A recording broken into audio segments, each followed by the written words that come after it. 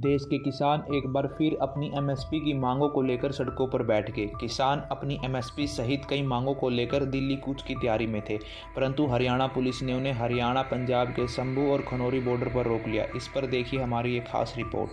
किसानों के इस आंदोलन का नेतृत्व दो बड़े किसान संगठन कर रहे हैं। एक है एसकेएम गैर राजनीतिक और दूसरा है किसान मजदूर संघर्ष कमेटी। किसान मजदूर संघर्ष कमेटी के नेता सरवन सिंह पंडेर ने कहा कि देश के प्रधानमंत्री ने वादा किया था कि हम किसानों को एमएसपी देंगे, हम तो बस वही मांग रहे हैं जो प्रधानमंत्री ने कहा। पानी का खर्चा, मजदूरी का खर्चा, बिजली का खर्चा, बीज का खर्चा, खाद का खर्चा, दवाई का खर्चा, जितना भी उसकी लागत लगती है, उस लागत के ऊपर उसका 50% प्रॉफिट मिल लिया जाएगा और उसको मिनिमम सपोर्ट प्राइस से खरीदा जाएगा।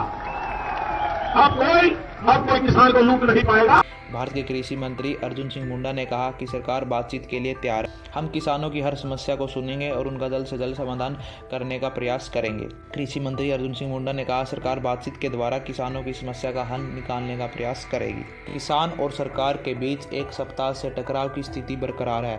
किसान और सरकार के बीच 3 दौर की वार्ता बेनतीजा रही। चौथे दौर की बातचीत में सरकार ने किसान संगठनों के सामने एक प्रस्ताव रखा, जिसमें सरकार ने कहा कि दाल, मक्का और कपास की फसलों पर 5 साल तक एमएसपी देने की किसानों को गारंटी दी जाएगी। किसान संगठनों ने अभी तक इस प्रस्ताव पर कोई जवाब नहीं दिया। किसान नेताओं का कहना है कि हम बातचीत करके सरकार को अपना जवाब भेज देंगे। देश के किसान अपनी फसलों का उचित मूल्य मांग रहे हैं। सरकार दावा कर रही है कि वह किसानों को 23 फसलों पर एमएसपी दे रही है। एमएसपी देने का सरकार का यह दावा महज किताबी लग रहा है। सरकार के इस दावे की हवा खुद नरेंद्र मोदी की सरकार द्वारा बनाई गई शांता कुमार कमेटी ने निकाल दी।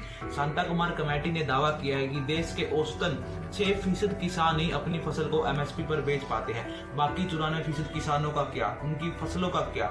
देश के किसान की फसल हर बार मंडियों में नीलाम हो रही है। सोचिए, भारत एक कृषि प्रधान देश है, कुर्सी प्रधान नहीं।